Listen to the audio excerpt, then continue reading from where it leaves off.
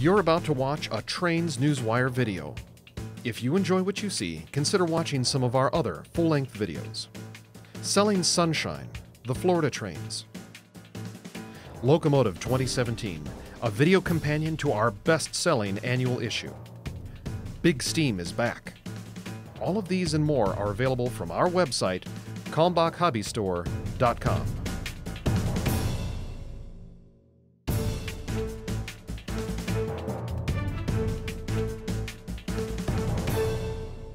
Good morning, Trains Nation. Today is Friday, April 20th, 21st. No, 20th until midnight. Sorry. 20th. Dang it. Sorry until about midnight. That. Yeah. All day until midnight. Yep. I'm Steve Sweeney. Hi, I'm Jim Wrinn, and we've got a bunch of news on Newswire this morning. Just did a real quick count before I got here. We were almost up to 40 stories.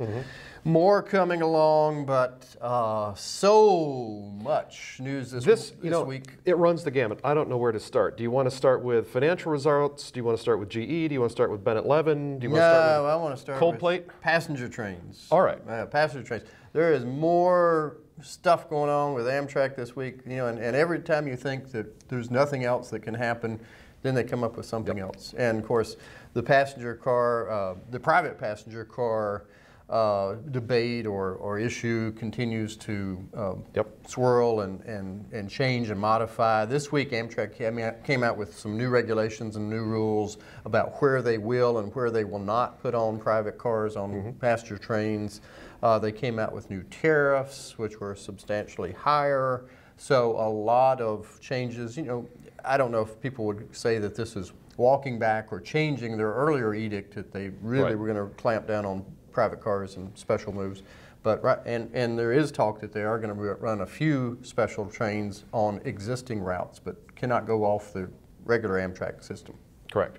And a lot of people don't know that Amtrak said right along that they're going to continue running certain excursion trains, like sports teams in the Northeast have special trains that they have to go between New York and Boston and Philadelphia, and those wouldn't have changed Things anyway. that are traditional, things that they've done in the past.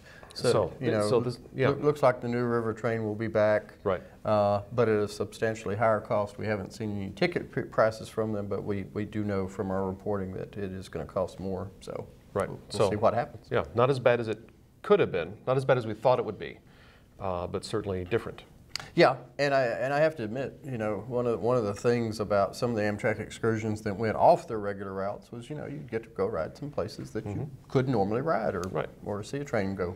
And rare miles. Rare miles. And that's a disappointment, obviously, for everybody. But what can you say now? Do you want to talk about that more, or do you want to go on? Well, no, I was just going to mention, and then early on in the week, on Monday, we had a story quoting Bennett Levin.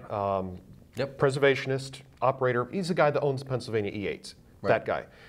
He came out and had some very strong words about the private varnish community, the private passenger car community, saying basically that they were not as good about keeping their members safe as they should have been. We tried to get comments from Amtrak on this. They responded, but they didn't answer the question.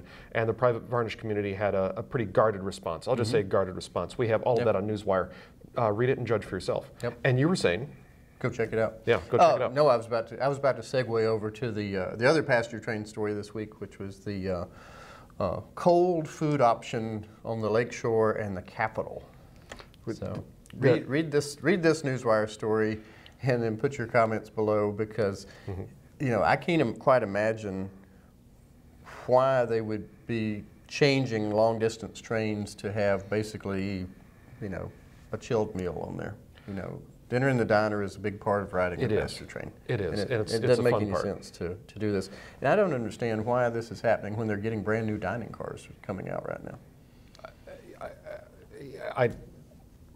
That's my response. Yeah, I really don't know. I agree.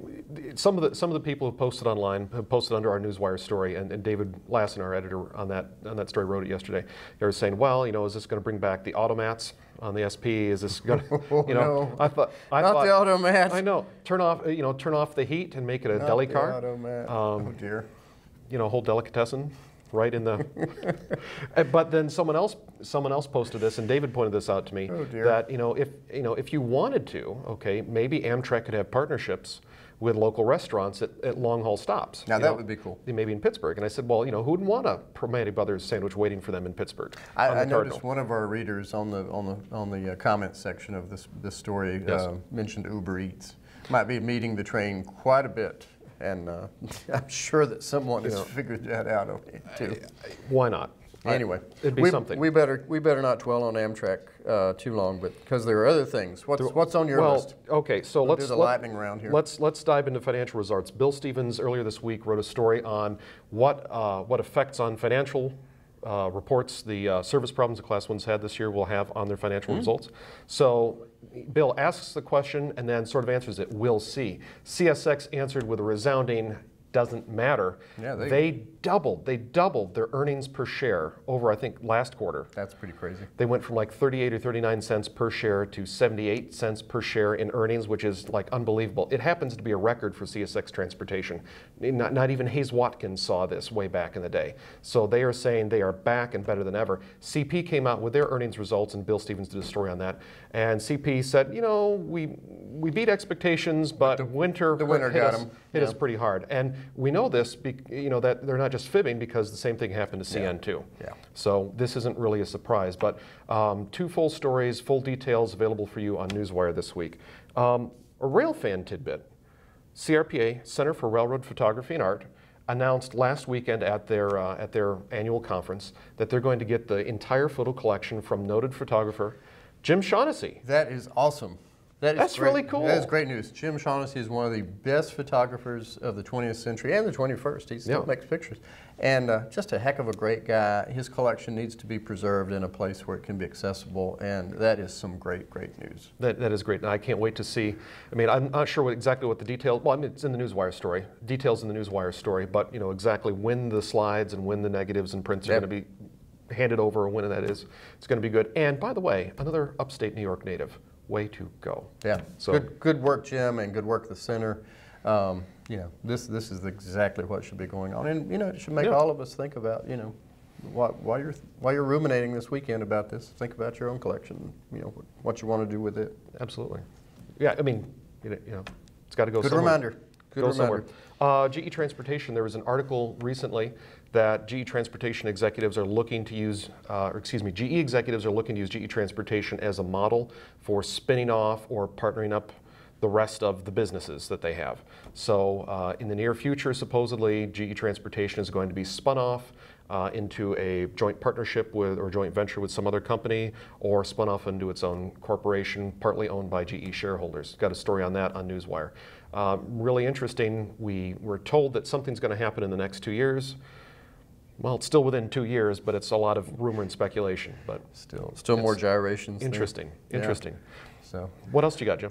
Just a couple of things. Elsewhere on Newswire, you'll find a video update from me about the restoration of the Big Boy 4014 out in Cheyenne. We were out there in March, and we've got a real nice tour of the shop and just an update on the progress of that restoration everyone wants to know about. And we're covering it in the June issue as well, so be sure and take a look at that.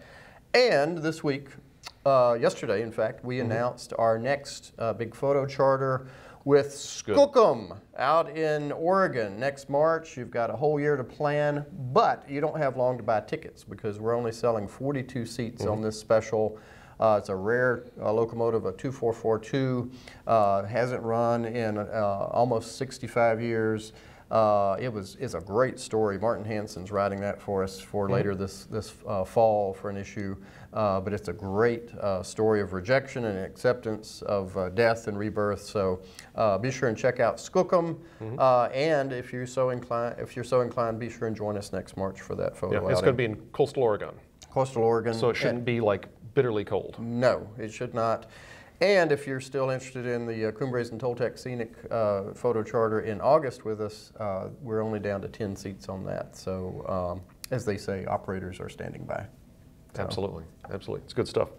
Well, read all of these stories and more. Also, check out our latest issue, our special issue, Hotspots Magazine, the latest, the greatest, the best places to go watch, view, and just enjoy trains. It's supposed to be a nice weekend. Even here in Wisconsin, where we got another 5 inches of snow earlier this week, the weather turned. It turned 50 degrees yesterday. Yes. It's melting. It's going to be. I may get this out and check out a Chicago hotspot that have had on my list for a long time. Absolutely. We should do a couple blog posts on that alone. We should. For everyone at Trains Magazine, we hope you have a great weekend. Take care, everyone.